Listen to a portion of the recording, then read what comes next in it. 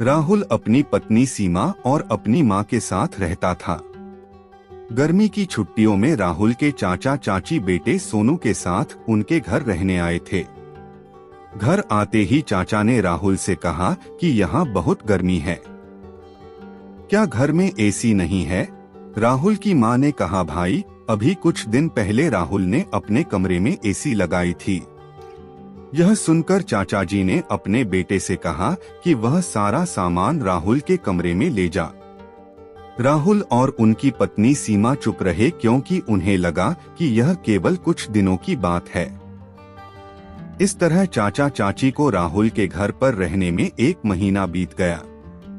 राहुल ने अपनी माँ से पूछा कि चाचा चाची कब जाने वाले हैं? कब तक हम इस तरह हॉल में सोते हुए अपना जीवन व्यतीत करेंगे? राहुल की माँ बोली, बेटा यह तो नातेदारी की बात है, हम तो कुछ कह भी नहीं सकते। राहुल की पत्नी सीमा ने कहा कि सब ठीक है, लेकिन उनका छोटा बेटा सोनू दिन भर घर में हंगामा करता रहता है। कल उसने हमारे नए सोफे को बुरी तरह नष्ट कर दिया। राहुल ने अपनी पत्नी से कहा कि तुम सोनू को ऐसा करने से क्यों नहीं रोकते?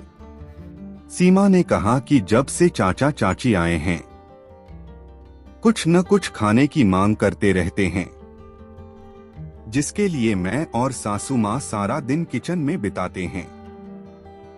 राहुल ने कहा कि मैं अभी जाऊंगा और चाचा से पूछूंगा कि आखिर कब जाएंगे। बात करते करते राहुल ने चाचा को बताया कि 1 महीना हो गया है, आपकी नौकरी की छुट्टियां समाप्त हो गई होंगी, है ना? चाचा ने कहा, राहुल मैंने कब की नौकरी छोड़ दी है, अब मैं बिजनेस करता हूँ और अब इस शहर में भी कुछ बिजनेस खोलने की सोच रहा हूँ। सबसे पहले तो मैं इस शहर को अच्छे से समझ लूँ, जिसमें कम से कम 2 से 3 महीने लगेंगे। यह सुनकर राहुल समझ गया कि चाचा जी अभी जाने वाले नहीं हैं। उसने यह बात अपनी पत्नी और माँ को बताई।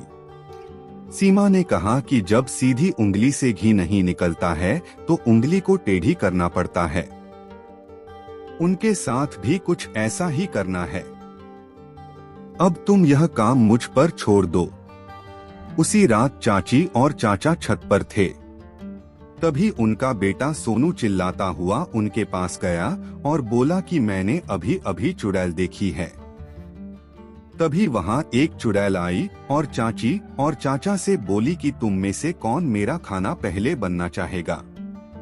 चुड़ैल को देखकर वे सब बहुत डर गए और उस घर से भाग गए। उनके जाने के बाद सीमा अपना चुड़ैल का मास्क उतार देती है। चाची के परिवार के जाने के बाद सभी ने राहत की सांस ली। सीमा की सास ने सीमा से कहा कि तुम बहुत अच्छी चुड़ैल बन जाती हो। यह कहकर सब हंसने लगे। इस कहानी से हमें यह सीख मिलती है कि हमें किसी भी रिश्ते का गलत फायदा नहीं उठाना चाहिए।